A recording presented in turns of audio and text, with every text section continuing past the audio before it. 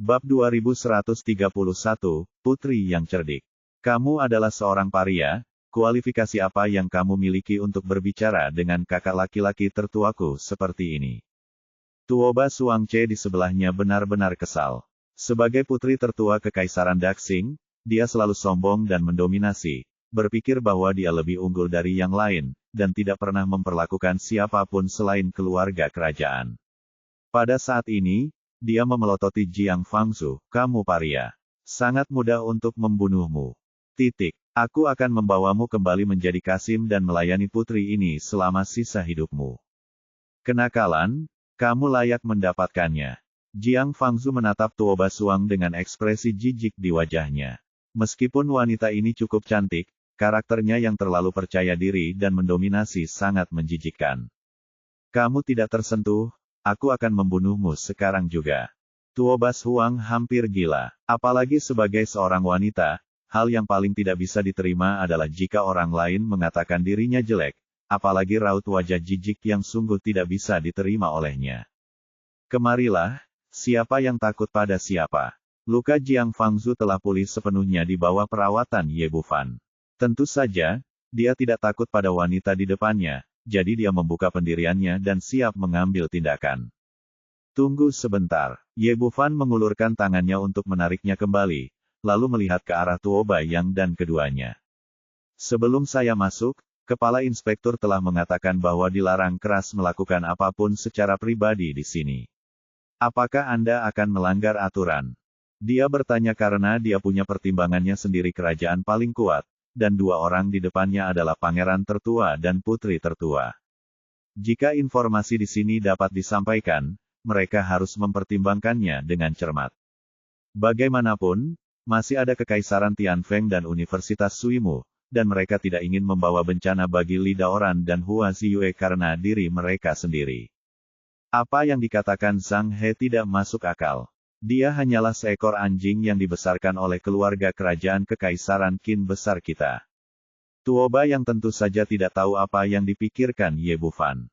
Selain itu, apa yang telah dilakukan Zhang He dan yang lainnya untuk membantu dia tadi malam membuatnya merasa sudah ada ketidakpuasan yang besar. Awalnya, menurut idenya, dia akan melapor ke Tuoba Hongyi segera setelah dia meninggalkan alam rahasia Tianluo, dan Zhang He akan diminta membayar harganya. Dia mencibir dan berkata, dan ini adalah dunia rahasia Tianluo. Bahkan jika aku memotongmu menjadi beberapa bagian, tidak akan ada berita apapun di luar. Jadi serahkan saja fantasimu. Tidak ada seorang pun di sini yang bisa membantumu sama sekali. Jujur saja, mati. Setelah mendengar apa yang dia katakan, Ye Bufan tersenyum tipis. Itu berarti dunia luar tidak akan tahu jika aku membunuhmu. Jadi aku lega. Wah, kamu kurang ajar sekali. Apa menurutmu ini masih sebuah arena? Apakah kamu masih bisa bersikap oportunis? Tuoba yang terlihat garang, dan dia cukup percaya pada Ye Bufan. Menurutnya, alasan mengapa ia gagal sebelumnya adalah karena ranah yang baru saja ia tembus tidak stabil dan ia terjatuh ke dalam tipuan lawan. Sekarang budidayanya telah sepenuhnya stabil pada tahap awal integrasi. Bahkan jika ada 4 orang di sisi lain, dia masih bukan tandingannya. Lagi pula, ada celah yang tidak sebesar jurang antara tahap penggabungan dan tahap pemurnian Void. Justru karena itulah dia bergegas dengan percaya diri sekarang. Junior bodoh, pergilah ke neraka. Setelah mengatakan ini, dia meraung dengan marah, mengangkat tangannya dan menepuk Ye Bufan. Orang ini sekarang berada dalam tahap awal integrasi. Dia mengayunkan telapak tangannya dengan kekuatan yang luar biasa. Aliran udara yang deras menyapu pasir kuning di tanah dan menghancurkannya dengan kekuatan yang tak ada habisnya. Pada saat yang sama, Tuoba Suang juga menghunus pedang panjang dari belakang dan bergegas menuju Jiang Fangzhu dengan niat membunuh. Tuoba yang memiliki momentum yang luar biasa dan kepercayaan diri yang tak tertandingi. Menurutnya, selama dia mengambil tindakan, Ye Bufan pasti akan mati, dan dia bahkan tidak dapat memblokir satu gerakan pun. Namun yang tidak dia duga adalah sebelum dia menyentuh orang lain, tiba-tiba sebuah telapak tangan besar muncul dari pasir kuning, lalu menamparkan wajahnya. Tuoba yang terlempar karena tamparan ini dan terjun ke pasir. Ketika dia bangkit dari tanah, dia tampak sangat sedih. Kepala dan wajahnya tertutup pasir, dan dia memuntahkan seteguk darah bercampur pasir. Kamu. Dia menatap Ye Bufan, kaget dan marah. Kemarin, mereka berdua bertarung sampai mati di atas ring. Dia memiliki keunggulan absolut. Kenapa dia tidak memblokir tamparan lawannya sekarang? Ini tidak mungkin. Saya adalah orang kuat di tahap penggabungan. Mengapa Anda, yang berada di tahap pemurnian Void, memukul saya? Dengan penuh keengganan, Tuoba yang bergegas lagi, tetapi terbang lagi dalam sekejap sebuah mata. Bedanya dengan yang terakhir kali adalah kali ini Ye Bufan menamparkan mulutnya 4 atau 5 kali, dan pipinya sudah bengkak. Seteguk gigi, bersama dengan darah merah cerah, tumpah di pasir kuning. Kapan kamu menjadi begitu kuat? Tuoba yang akhirnya mengerti bahwa dia sama sekali bukan tandingan lawan, dan dia bahkan tidak bisa memblokir sebuah gerakan. Jenis budidaya apa ini? Tahap akhir integrasi, atau puncak integrasi. Dia membenci pemuda di depannya sekarang. Dia jelas seorang master, mengapa dia harus berpura-pura berada di Naschen Soul Stage? Bukankah ini penipuan? Jika saya mengetahui hal ini, saya pasti tidak akan datang ke sini untuk menimbulkan masalah. Sebelumnya, itu karena saya merasa yakin dengan pihak lain, jadi saya berani buru-buru ke pintu dengan tidak hati-hati. Hasilnya bagus, dia dipukuli menjadi seekor anjing, dan saat ini, hatinya dipenuhi penyesalan. Jika dia mengetahui hal ini, dia pasti tidak akan datang ke sini. Bahkan jika dia ingin membalas dendam, dia harus menggunakan ahli keluarga kerajaan, dan dia tidak akan mengirimnya ke pintu dengan bodoh. Apakah kamu hebat? Bagaimana Yang Mulia Pangeran Pertama bisa begitu hebat? Ye Bufan tersenyum bercanda, dan menamparkan selusin mulut besar lagi secara berurutan.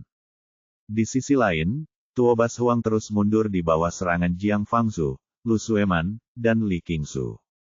Tingkat kultivasinya juga berada di puncak alam pemurnian kekosongan, tetapi dia biasanya disebut jenius. Di bawah aura keluarga kerajaan, tidak ada yang berani melawannya, dan dia hanya memiliki sedikit pengalaman bertarung yang sebenarnya. Sekarang mereka bertemu lawan yang sebenarnya, 1 lawan 3, dan mereka langsung dirugikan. Jiang Fangzhu sangat muak dengan wanita ini, jadi tentu saja dia tidak akan menunjukkan belas kasihan padanya. Kedua wanita itu, Lu Sueman, juga tanpa ampun, dalam sekejap mata, tubuh Tuoba Suang dipenuhi luka. Kamu, orang-orang tak tersentuh. Kamu berani memukulku, aku akan membunuhmu, aku akan membunuh seluruh keluargamu, aku akan memotongmu menjadi beberapa bagian, aku akan menghancurkan seluruh kekaisaran Tianfeng. Dan putri sulung yang mendominasi, Basuang biasanya satu-satunya yang memukuli orang lain. Kapan dia pernah mengalami ketidakadilan seperti itu? Saat ini, dia terluka satu demi satu, paru-parunya hampir meledak, dan dia terus mengaum. Tetapi semakin banyak hal yang terjadi seperti ini, keadaan menjadi semakin kacau. Ketika pintu kosong itu terbuka, Jiang Fangzhu menendang perut bagian bawahnya. Dia terbang seperti karung rusak dan jatuh dengan keras di samping Tuoba Yang. Menghadapi situasi di depannya, Tuoba Yang dengan bijak menutup mulutnya, tetapi Tuoba Suang tidak memiliki kesadaran seperti itu. Wanita ini pada dasarnya adalah seorang yang sombong. Dia membuka mulutnya dan mengeluarkan seteguk darah, mengangkat jarinya dan menunjuk ke arah Ye Bufan dan yang lainnya dan mengutuk, kamu yang tak tersentuh, beraninya kamu menyerang keluarga kerajaan Kekaisaran Daxing. Tunggu saja, aku akan memberitahu ayahku segera setelah aku keluar dari alam rahasia Tianluo. Tidak hanya kalian semua akan mati, tetapi seluruh Kekaisaran Tianfeng juga akan dikuburkan bersamamu. Dia mengutuk begitu keras hingga wajah Tuoba yang berubah menjadi hijau karena ketakutan. Dia diam-diam mengutuk wanita bodoh ini di dalam hatinya. Bahkan jika dia ingin membalas dendam, dia tidak bisa mengatakannya sekarang. Bab 2132 Tanda Jiwa. Benar saja, setelah mengucapkan kata-kata ini, ekspresi Ye Bufan berubah. Dia pada awalnya bukanlah orang yang suka membunuh, dan sebelumnya dia agak ragu-ragu tentang bagaimana menghadapi saudara laki-laki dan perempuannya. Setelah mendengar kata-kata ini, aura pembunuh di tubuhnya tiba-tiba muncul. Baik itu untuk Kekaisaran Tianfeng atau orang-orang di sekitarnya, kedua orang ini tidak bisa lagi tinggal. Kalau begitu, kalian semua akan mati. Merasakan niat membunuh yang tiba-tiba muncul di tubuhnya, Tuoba yang gemetar ketakutan dan berteriak dengan cepat, "Berhenti, dengarkan aku, kamu tidak bisa membunuhku, kalau tidak de Kekaisaran Tianfeng telah selesai." Ye Bufan meliriknya, "Tidak ada gunanya menakutiku. Kamu sudah mengatakan bahwa jika kamu membunuh seseorang di sini, kamu tidak akan mengetahuinya. Bahkan jika kalian berdua mati, kamu tidak akan tahu bahwa itu ada di tanganku." Petik 2. Ini berbeda. Tuoba yang sangat ketakutan hingga kakinya gemetar. Dia takut Ye Bufan akan membunuhnya sekaligus, jadi dia segera berkata, "Orang lain akan mati ketika mereka mati, tapi saya adalah anggota dari keluarga kerajaan. Aku memiliki kekaisaran Daxing di dalam diriku. Tanda jiwa unik dari keluarga kerajaan. Jika aku mati, ayahku akan segera mengetahui siapa yang membunuhku." Tianfeng. Tak seorang pun di negara ini yang akan selamat, dan mereka pasti akan menderita balas dendam paling brutal dari Kekaisaran Daxing kami. Tuoba Suang berteriak dari samping, "Ya, jika Anda memiliki kemampuan, Anda dapat membunuh kami dan melihat berapa banyak orang di sana yang akan bertahan, jadilah. Pergi, kuburkan saudara dan saudari kita bersama-sama." Tuoba yang ingin menghentikan mulut wanita itu saat ini. Dia mengatakan begitu banyak hanya untuk membuat pihak lain merasa berhati-hati, bukan untuk membuatnya marah. Ye Bufan sedikit mengernyit. Jika itu hanya satu orang, dia akan membunuh kedua orang ini tanpa ragu-ragu. Kuncinya adalah ada sebuah kerajaan dan Universitas Suimu yang berdiri di belakangnya. Dengan kekuatannya saat ini, dia tidak cukup untuk melawan seluruh Kekaisaran Daxing. Memikirkan hal ini, dia meletakkan telapak tangannya yang terangkat dan mulai memindai kedua Tuoba yang dengan kesadaran spiritualnya, mencoba melihat apakah dia berbohong padanya. Ketika kesadarannya menyapu istana Niwan, dia merasakan fluktuasi energi yang aneh di sana. Meskipun tidak jelas, itu memang ada. Tuoba yang takut dia tidak mempercayainya, jadi dia berkata lagi, "Jangan membacanya, aku tidak berbohong padamu. Itu adalah tanda unik keluarga kerajaan kita. Tidak peduli siapa yang melakukan sesuatu pada kita, gambar terakhir akan dikirimkan kepada ayahku." Hati Ye Bufan tergerak, "Maksudmu, penampilankulah yang akan dikirim kembali." Tuoba yang sangat gugup sehingga dia tidak menyadari ada yang salah dan berteriak, "Ya, ayahku akan bisa melihat dengan jelas penampakan si pembunuh." "Aku tahu." Setelah Ye Bufan mengatakan ini, ekspresinya tiba-tiba membeku dan dia melihat ke kejauhan. Di saat yang sama, semua orang juga menyadari ada sesuatu yang tidak beres. Tempat ini awalnya adalah gurun, dan sekitarnya sangat sepi, tetapi pada saat ini, terdengar suara gemerisik yang aneh. Semua orang melihat bersama-sama dan melihat bahwa di gurun Gobi yang awalnya datar, benda hitam tiba-tiba muncul dari bawah pasir, itu adalah kalajengking raksasa seukuran wastafel. Kalajengking ini semuanya berwarna hitam, dan di balik tubuhnya yang besar, terdapat ekor yang panjangnya lebih dari 1/2 meter. Jarum ekor berwarna gelap bersinar dingin di bawah sinar matahari. Dua mata kecil berwarna merah darah menatap semua orang, bersinar dengan cahaya memilih dan melahap orang. Yang paling penting adalah ada begitu banyak hal. Anda tidak dapat melihat batasannya secara sekilas, dan Anda tidak tahu berapa jumlahnya. Melihat adegan ini, Li Qingzu berteriak dengan gugup, "Apa ini?" Dia telah bersama Li Daoran sejak dia masih kecil. Dia tidak memiliki banyak kesempatan untuk keluar dan mengalami, dan dia hanya tahu sedikit tentang monster. Ekspresi Ye Bufan menjadi sangat serius. Ini adalah binatang iblis tingkat 5, kalajengking ekor panah. Melihat reaksinya, Li Qingzu bertanya, "Bukankah itu hanya monster tingkat ke-5? Apakah itu sangat kuat?" Ye Bufan mengangguk, "Bagi orang biasa, mereka lebih suka bertemu monster tingkat 6 daripada monster tingkat 6. Kalajengking ekor panah." Melihat Li Qingzu benar-benar tidak mengetahui tentang benda ini, Lu Sueman mengambil alih topik dan berkata, "Tidak seperti monster tingkat 5 lainnya, hal yang paling kuat tentang benda ini adalah ekornya. Jarum di kepalanya tidak hanya panjangnya lebih dari 1 kaki, tetapi juga sangat beracun. Yang terpenting bisa ditembakkan seperti busur dan anak panah, sehingga disebut kalajengking berekor panah kelompok. Setelah ditemukan, jumlahnya ratusan, ribuan, atau bahkan puluhan ribu. Ini setara dengan sekelompok pemanah. Sekali tembakan ditembakkan, bahkan yang kuat di tahap fusion tidak dapat menghentikan mereka. Setelah mendengar perkenalan Lu Sueman, Li Qingzu juga terlihat terkejut. Dia tidak menyangka kalajengking semacam ini begitu kuat. Tuoba yang di sebelahnya berkata, Ye Bufan, tolong lepaskan aku secepatnya. Satu lebih banyak orang lebih penting. Mari kita bertarung melawan kalajengking ekor panah bersama-sama, jika tidak semua orang akan mati. Petik 2. Dia sedang mencoba yang terbaik untuk membebaskan diri sekarang, dan akan melarikan diri dari sini segera setelah dia menemukan kesempatan. Kamu terlalu banyak berpikir. Meskipun benda ini kuat, aku tetap tidak menganggapnya serius. Ye Bufan selesai berbicara dan melompat ke udara. Dia melemparkan kantong plastik putih ke arah kalajengking ekor panah.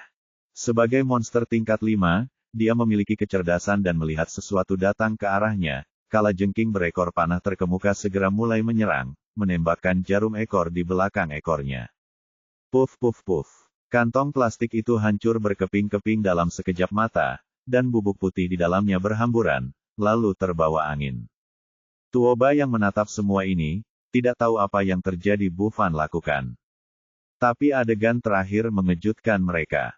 Setelah bubuk putih jatuh, kalajengking ekor panah di bawah segera mulai bergerak, mata merah darah mereka bersinar dengan cahaya yang gila-gilaan.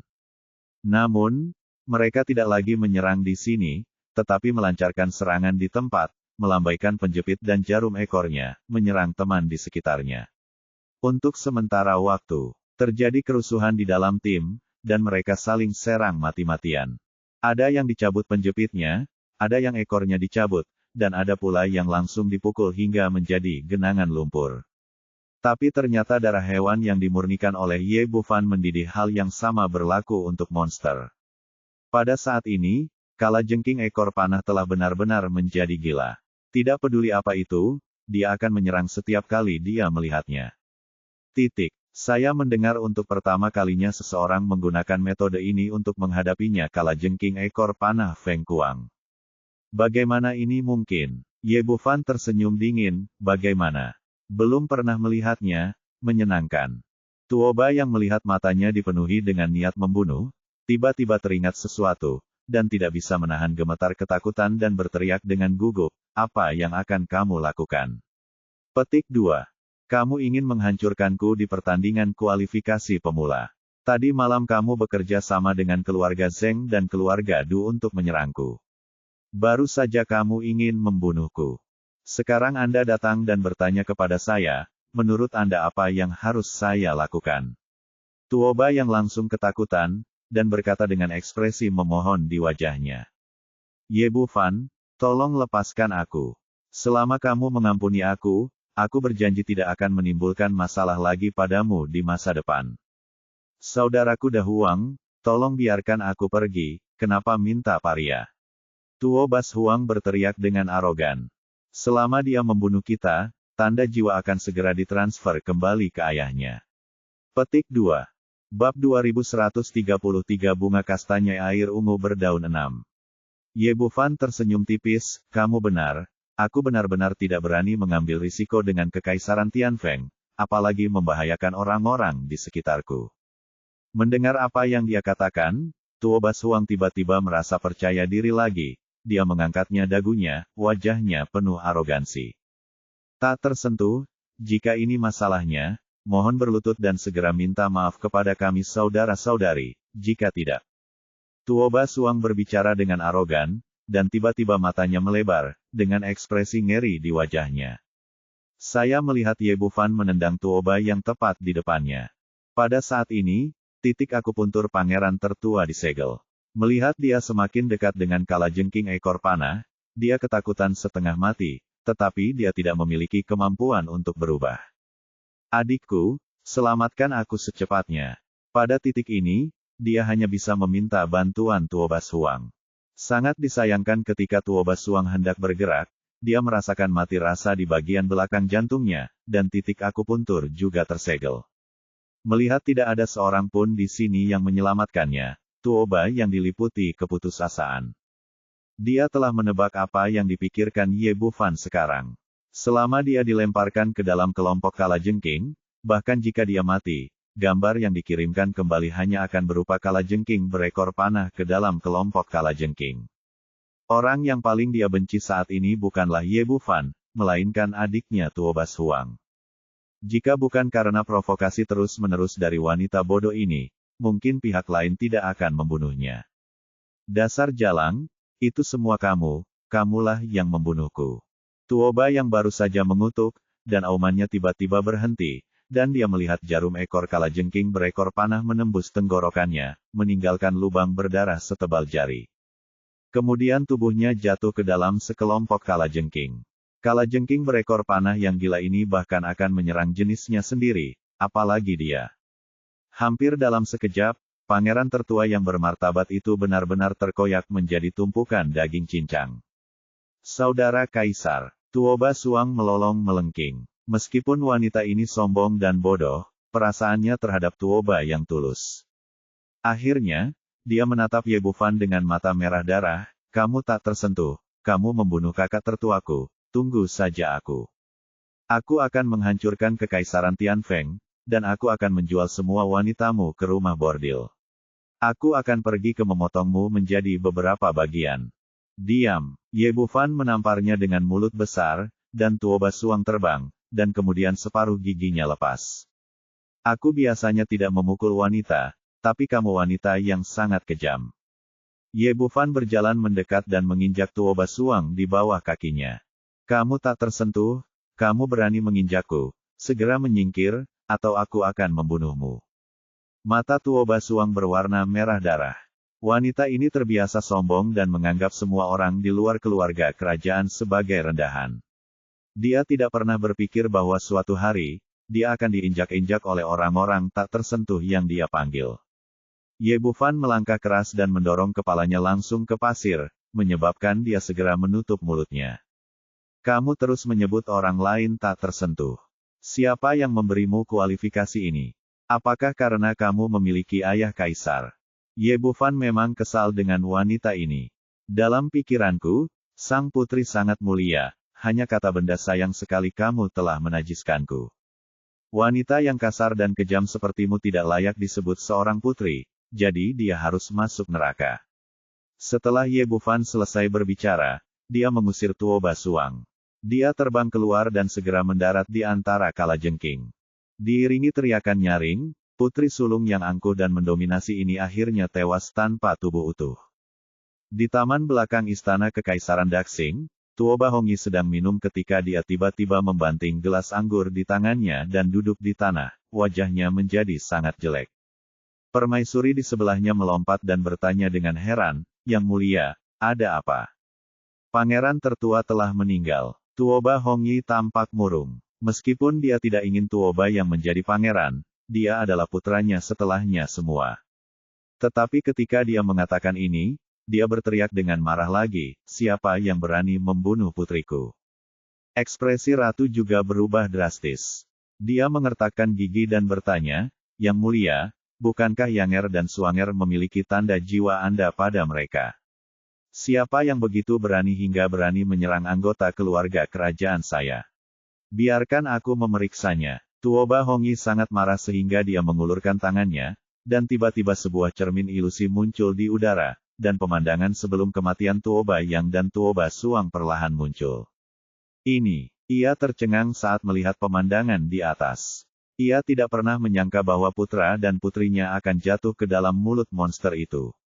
Oke, ayo pergi. Di alam rahasia Tianluo, Ye Bufan memimpin Jiang Fangzhu dan yang lainnya untuk bergerak maju, melewati kalajengking dan menuju ke arah lain. Alam rahasia Tianluo hanya terbuka selama 3 hari, dan mereka harus menemukan peluang dan harta yang mereka inginkan sesegera mungkin. Meskipun penerbangan dibatasi di sini, semua orang masih sangat cepat, berlari ke depan seperti meteor, dan segera tiba ribuan mil jauhnya. Ketika mereka memanjat bukit pasir, mata mereka tiba-tiba menjadi cerah, dan pemandangan di depan mereka telah berubah total. Bukan lagi pasir kuning yang tak terlihat ujungnya, melainkan tumbuh-tumbuhan yang subur, rerumputan hijau, serta burung dan hewan yang berterbangan di dalam hutan, menciptakan pemandangan yang semarak. Yang paling menakjubkan adalah batas antara ruang hijau dan gurun pasir begitu jelas, seolah-olah ditarik oleh manusia. Semua orang melangkah ke ruang hijau, terus-menerus mendesah melihat keajaiban di sini. Oh, bukankah itu jamur 3 warna? Li Qingzu yang bermata tajam menunjuk ke kejauhan dan berteriak kaget.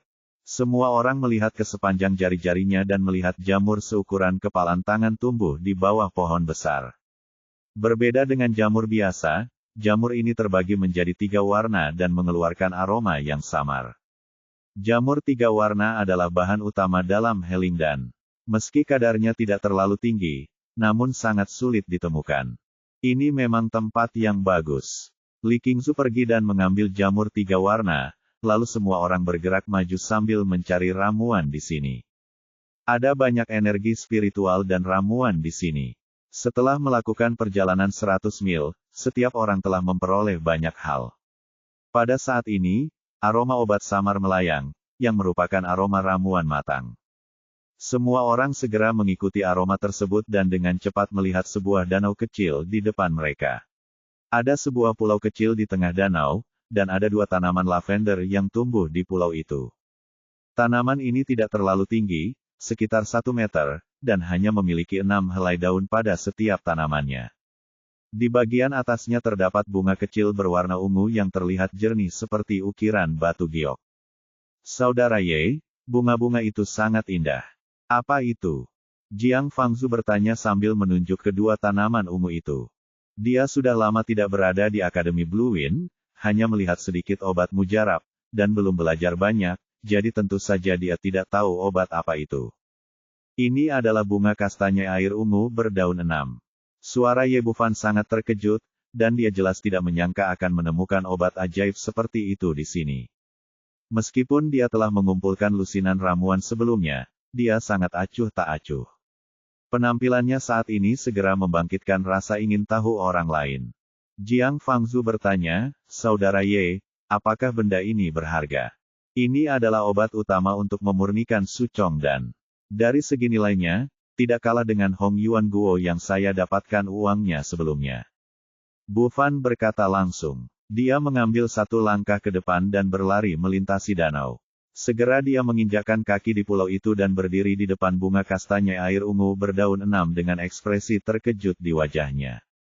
Meskipun yang lain tidak mengetahui bunga kastanya air ungu berdaun 6, mereka tahu apa itu Pil Chong Su. Itu adalah ramuan ajaib yang memungkinkan tubuh memasuki alam gua void selama tahap integrasi, dan mereka segera menginjakkan kaki pulau itu dengan gembira. Melihat Ye Bufan berdiri di sana tak bergerak, Jiang Fangzu bertanya, Saudara Ye, mengapa kamu tidak segera memetiknya? Ye Bufan berkata, jangan khawatir, bunga kastanya air ungu berdaun 6 ini belum sepenuhnya matang. Tunggu sampai ke-6 daunnya siap. Petiklah ketika sudah rontok untuk mendapatkan khasiat obat terbaik. Lu Sueman bertanya, berapa lama waktu yang dibutuhkan? Ye. Bufan berkata, tidak akan lama, ini akan segera baik-baik saja. Menurut catatan dalam tradisi medis kuno, hanya dibutuhkan 3 saat untuk 6 daun bunga kastanya air ungu mekar semuanya akan rontok, dan berdasarkan waktu itu akan hampir selesai. Benar saja, dalam waktu kurang dari 1/4 jam, daun dari 2 buah kastanya air ungu berdaun 6 mulai berguguran. Melihatnya sudah benar-benar matang, Ye Bufan siap mengulurkan tangan dan memetiknya. Berhenti. Dengan teriakan, 4 sosok berlari dari kejauhan. Bab 2134, yang pertama datang, yang pertama dilayani. Semua orang menoleh untuk melihat dan melihat 4 orang dari Sekte Leiyun melaju ke arah mereka.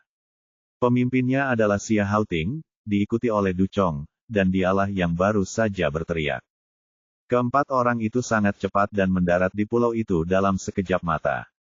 Saat mereka melihat bunga kastanya air ungu berdaun 6 di depan mereka, mereka semua tampak bahagia. Du Chong berteriak dengan penuh semangat, Saudara Xiaohu, bunga kastanya air ungu berdaun 6 ini adalah barang yang bagus. Salah satunya bisa bernilai ribuan batu spiritual bermutu tinggi. Tampaknya kita makmur kali ini. Kata-kata, Jiang Fangzu segera diam mengerutkan kening. Hei, ada apa denganmu? Kami menemukan bunga kastanya air ungu berdaun 6. Apa hubungannya denganmu? Apa maksudmu kamu sudah berkembang? Li Qingzu menindaklanjuti dan berkata, kamu benar, semuanya dikatakan berdasarkan siapa cepat dia dapat. Kami sudah lama berada di sini dan tidak ada hubungannya dengan Anda. Sebagai penanggung jawab, Xia Haoting tidak langsung mengungkapkan posisinya. Menurutnya karakternya, dia harus segera mengambil barang bagus itu, tapi dia memikirkan instruksi Lei Heng sebelumnya, ada sedikit keraguan di hatiku. Du Chong melihat apa yang dia pikirkan, dan segera berbisik ke telinganya, Saudara Xiahou, bukankah kamu jatuh cinta dengan kedua gadis kecil itu?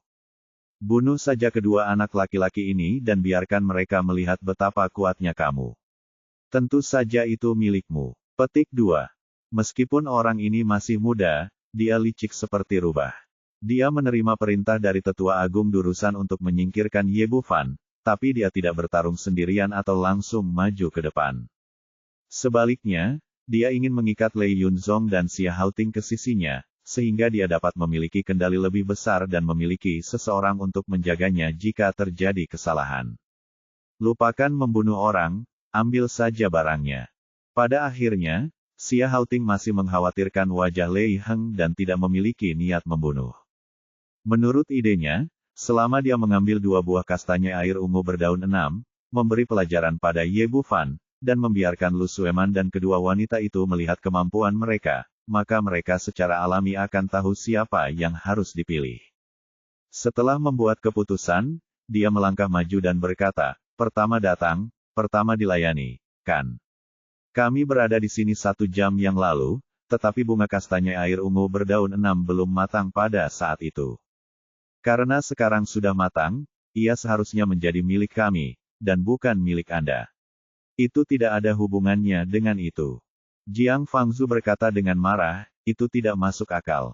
Mengapa kamu tidak mengatakan bahwa kamu ada di sini ketika alam rahasia Tianluo dibuka terakhir kali? Xia Haoting tersenyum dingin, bisa dibilang begitu. 2 bunga kastanya air ungu berdaun 6 ini adalah milik kita. Chong menindaklanjuti dan berkata, benar. Anda datang untuk mencuri bunga kastanya air ungu berdaun 6 saat kami pergi. Ini dianggap mencuri. Kamu tidak tahu malu. Lu Sueman sangat marah hingga dia gemetar karena amarah dari kedua orang ini. Oke, tidak perlu marah. Ye Bufan mengulurkan tangannya untuk menariknya kembali, lalu berkata, oke, ada 2 buah kastanya air ungu berdaun 6, 1 untuk kita masing-masing. Dia mampu menyerahkan 1 buah kastanya air ungu berdaun 6. Hua hanya melakukannya demi Lei Heng, bagaimanapun juga, lelaki tua itu adalah orang yang baik, lugas dan jujur, dan dia bisa menjaga murid-muridnya. Nak, apakah kamu tuli? Sudah kubilang bunga kastanya air ungu berdaun 6 ini milik kami dan tidak ada hubungannya denganmu. Apakah kamu masih ingin mengambil 1 dariku untuk melamun? Kata Xia Haoting dengan sangat mendominasi selesai, matanya beralih ke Lu Sueman dan Li Qingzu, dengan senyum jahat di wajah mereka, tentu saja ya, kedua adik perempuan itu bisa melakukannya jika mereka mau. Selama kamu tinggal bersamaku, aku akan memberimu 1 bunga berdaun ungu dalam 2 minggu ke depan. Kakak senior, aku bukan orang yang pelit. Ekspresi Ye Bufan tiba-tiba menjadi dingin. Memberi wajah Lei Heng tidak berarti membiarkan orang-orang ini duduk di lehernya dan sial. Kalau begitu, keluarlah dari sini, jangan pernah berpikir untuk mengambil 1 pun. Wah, tahukah kamu apa yang kamu bicarakan? Petik 2. Xia Haoting tertegun pada awalnya, jelas tidak menyangka pihak lain akan berani berbicara dengannya seperti ini, lalu dia tertawa dengan arogan. Nak, apakah menurutmu hebat bahwa kamu memenangkan tempat pertama dalam kejuaraan peringkat pendatang baru? Biar ku beritahu, dengan status ini, kamu bukan apa-apa di mata 3 sekte utama kami. Dan aku juga mendengar bahwa kamu yang pertama diperoleh karena keberuntungan. Seseorang di alam pemurnian kekosongan berani menjadi sombong di depan tuan muda ini. Dia tidak peduli dengan hidup dan mati. Du Chong berkata dari samping, saudara senior Xiahou, seperti itu orang yang tidak tahu berterima kasih harus dihukum. Biarkan mereka memberimu pelajaran dan bunuh saja mereka. Lupakan saja kali ini, hanya untuk menatap sesepuh agung. Xia Haoting melambaikan tangannya dan berkata dengan merendahkan, dengan tingkat kultivasimu, kamu tidak layak memiliki bunga kastanya air ungu berdaun 6. Di sini, aku melakukan ini padamu. Nah, jika orang lain ingin mengambil kedua ramuan ini, bahkan kepalamu tidak akan terselamatkan. Ye Bufan tersenyum dingin, dalam hal ini, aku akan memberikan wajah kepada Penatua Lei Heng dan memberimu kesempatan, jadi cepatlah pergi. Nak, kamu berani berbicara dengan kakak laki-lakiku Xiahu seperti ini, kamu mencari kematian. Seorang pria gemuk pendek di belakang percakapan itu bergegas mendekat. Orang ini juga merupakan murid inti dari Sekte Lei Yun, tetapi budidayanya sedikit lebih buruk daripada Xia Haoting, tapi dia juga mencapai puncak alam pemurnian kekosongan. Murid dari sekte sebesar itu semuanya sangat sombong dan sombong. Mereka sama sekali tidak menganggap serius Ye Bufan dan hanya menamparkan wajahnya. Du Chong berdiri di samping dengan cibiran di wajahnya, dan akhirnya mengambil tindakan. Selama kedua belah pihak bubar dan menunggu, dia akan menemukan kesempatan untuk membunuh pihak lain. Xia Haoting juga terlihat sombong. Menurutnya, Ye Bufan tidak akan pernah bisa menandingi adik juniornya yang gemuk. Bagaimanapun, sekte besar seperti miliknya tidak hanya memiliki sumber daya budidaya yang melimpah, tetapi juga memiliki teknik budidaya yang luar biasa, yang jauh melampaui apa yang dapat dibandingkan dengan orang biasa. Namun pada saat ini, ekspresi kedua orang itu berubah seketika, dan mereka melihat tamparan adik junior gendut itu tidak mengenai Ye Bufan, melainkan menendang wajah besar berminyaknya dengan kaki yang besar. Meski tendangan Ye Bufan tidak sekuat tenaga, namun tetap merupakan tendangan yang kokoh. Pria gendut itu terbang langsung ke belakang dan mendarat di danau di sebelahnya dengan cipratan air. Kemudian tubuh gemuknya muncul ke permukaan dengan darah muncrat dari mulutnya, dan dia merangkak keluar dalam keadaan malu. Wah, beraninya kamu menyelinap ke arahku.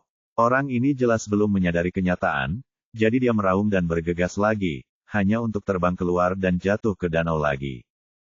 Tidak heran kamu begitu sombong, dan kamu memiliki beberapa keterampilan. Tapi jadi kenapa, tidak peduli seberapa kuatnya kamu hanya berada di tahap pemurnian void, dan kamu masih jauh dari tahap penggabungan. Sedikit terkejut, tapi dia tetap tidak menganggap serius Ye Bufan. Cepat berlutut dan minta maaf kepada adik laki-lakiku, lalu serahkan cincin penyimpanan sebagai kompensasi, jika tidak, kamu tidak dapat menanggung konsekuensinya.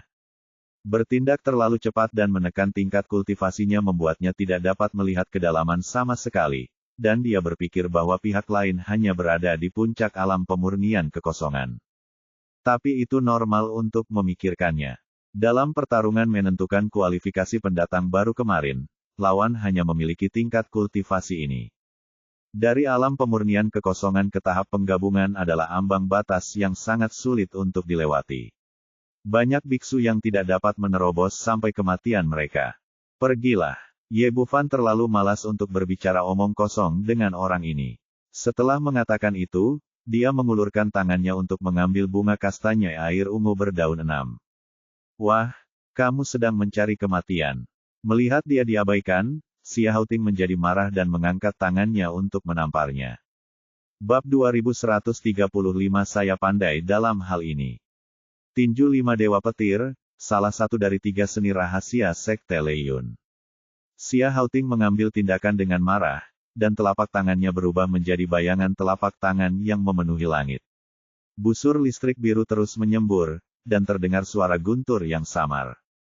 Dia sudah memiliki pemahaman yang jelas tentang pertarungan puncak terakhir kemarin. Dia tahu bahwa meskipun Ye Bufan menang, itu adalah kemenangan tipis, dan masih ada unsur tipu daya yang disengaja. Karena itu, dia yakin akan mengambil tindakan kali ini. Meski juga dalam tahap awal integrasi, ia berbeda dengan Tuo Bayang yang baru saja melakukan terobosan. Selain itu, sebagai pewaris pemimpin muda Sekte Lei Yun, pengalaman bertempur, keterampilan, dan tingkat seni bela diri jauh lebih unggul daripada rekan-rekannya. Oleh karena itu, menurutnya, setelah 5 tinju guntur diluncurkan, Ye Bufan tidak akan mampu memblokir satu gerakan pun, dan pasti akan tersengat listrik. Sayangnya, hasilnya benar-benar berbeda dari yang dia harapkan. Dia tidak melihat penampilan menyedihkan pihak lain. Sebaliknya, dia melihat kaki besar, yang langsung menembus bayangan telapak tangan di langit dan muncul di hadapannya. Bagaimana ini mungkin? Mengapa dia tidak takut dengan kekuatan guntur dan kilatku? Ini adalah pemikiran terakhir Xia Haoting, dan kemudian telapak kakinya menendang wajahnya dengan keras, tidak berbeda dengan menendang pria gendut itu tadi. Dengan keterkejutan dan keengganan yang tak ada habisnya, Xia Haoting juga terbang mundur dan jatuh ke danau di belakangnya. Sampai akhirnya, dia tidak mengerti mengapa pihak lain bahkan tidak bisa memblokir salah satu gerakannya ketika tingkat kultivasinya tampaknya tidak jauh lebih tinggi dari miliknya. Dan dengan kekuatan 5 telapak tangan gunturnya, siapapun yang melihatnya akan ditekan. Mengapa pihak lain tidak takut sama sekali dengan kekuatan guntur dan kilatnya? Murid Sekte Lei Yun lainnya juga terkejut. Anda harus tahu bahwa Xia Haoting adalah yang terkuat di antara mereka. Du Chong juga terkejut, dia tidak mengambil tindakan secara langsung untuk berjaga-jaga, tapi dia tidak menyangka lawannya akan sekuat itu. Itu juga dalam tahap awal integrasi, dan budidayanya lebih lemah dari Xia Haoting, apalagi dibandingkan dengan Ye Bufan. Muridnya mengecil. Akibatnya, dia akan kesulitan menyelesaikan tugas yang diberikan oleh keluarganya. Dia harus menunggu kesempatan di masa depan. Xia Haoting melompat keluar dari danau dan melompat ke pulau itu lagi. Sebagai murid inti sekte tersebut, dia memiliki kepercayaan diri dan harga diri, dan dia juga tidak percaya bahwa dia akan kalah seperti ini. Nak, ambil gerakan lain dariku. Kali ini, Xia Haoting tidak menahan apapun, dan langsung menggunakan seluruh kekuatannya, dan menggunakan gerakan paling ganas di antara 5 tinju Dewa Petir, guntur surgawi datang ke dunia. Saya melihatnya melompat ke udara, meninju kedua tinjunya, dan tinjunya ditutupi dengan busur listrik biru. Saat kedua tinju ditinju, busur listrik biru membentuk jaringan padat dengan diameter sekitar 10 kaki, jatuh dari langit dan menghantam Ye Bufan dengan keras.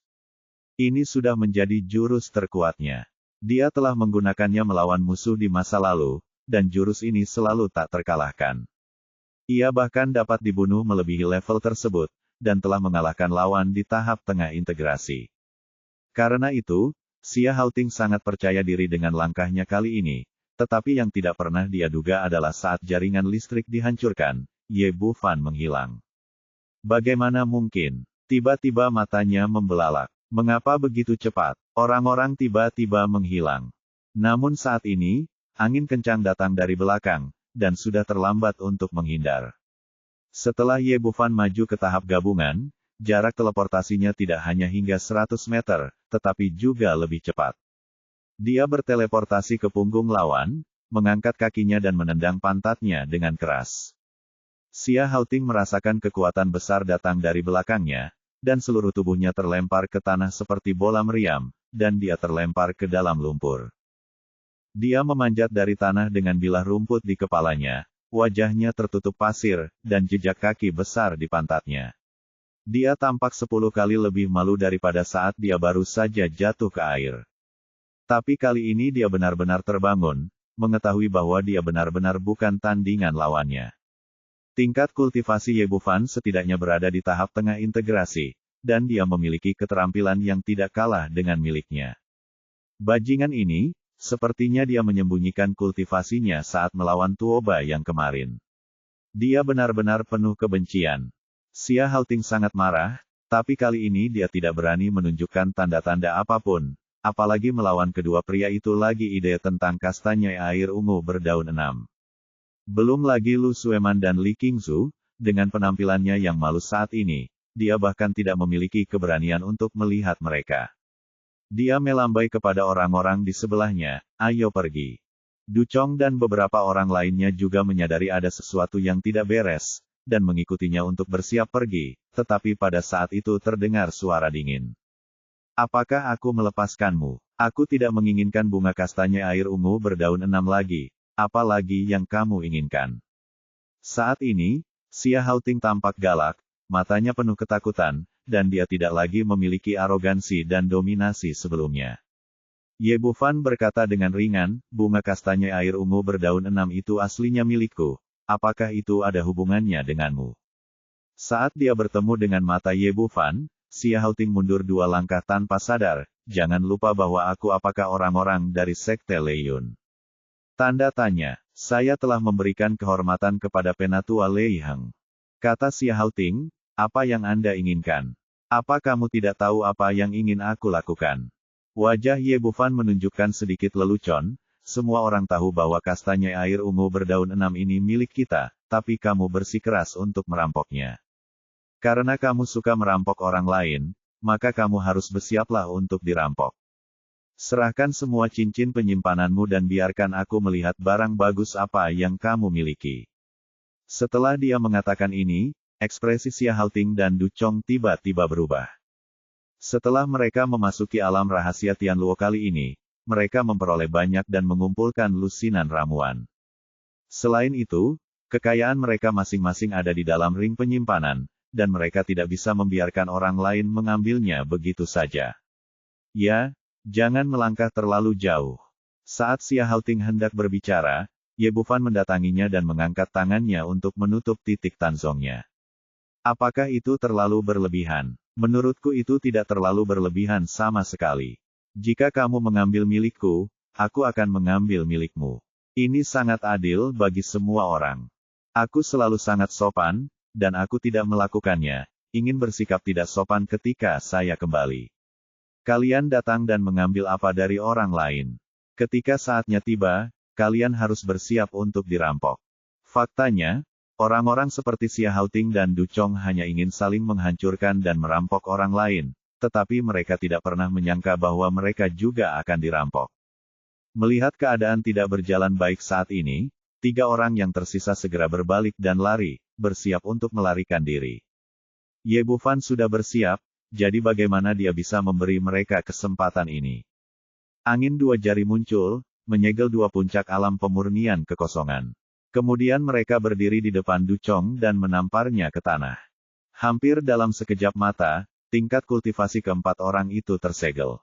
Akhirnya, dia melambaikan tangannya kepada Jiang Fangzhu, ayo kita lakukan. Oke, aku pandai dalam hal ini. Sejak terakhir kali dia merampok Zheng Yiheng dan beberapa orang, Jiang Fangzhu sekarang menyukai perasaan perampokan. Dia bergegas dengan kegembiraan di wajahnya dan mengambil cincin penyimpanan dari keempat orang itu, tidak lupa menjilat pantatnya beberapa kali.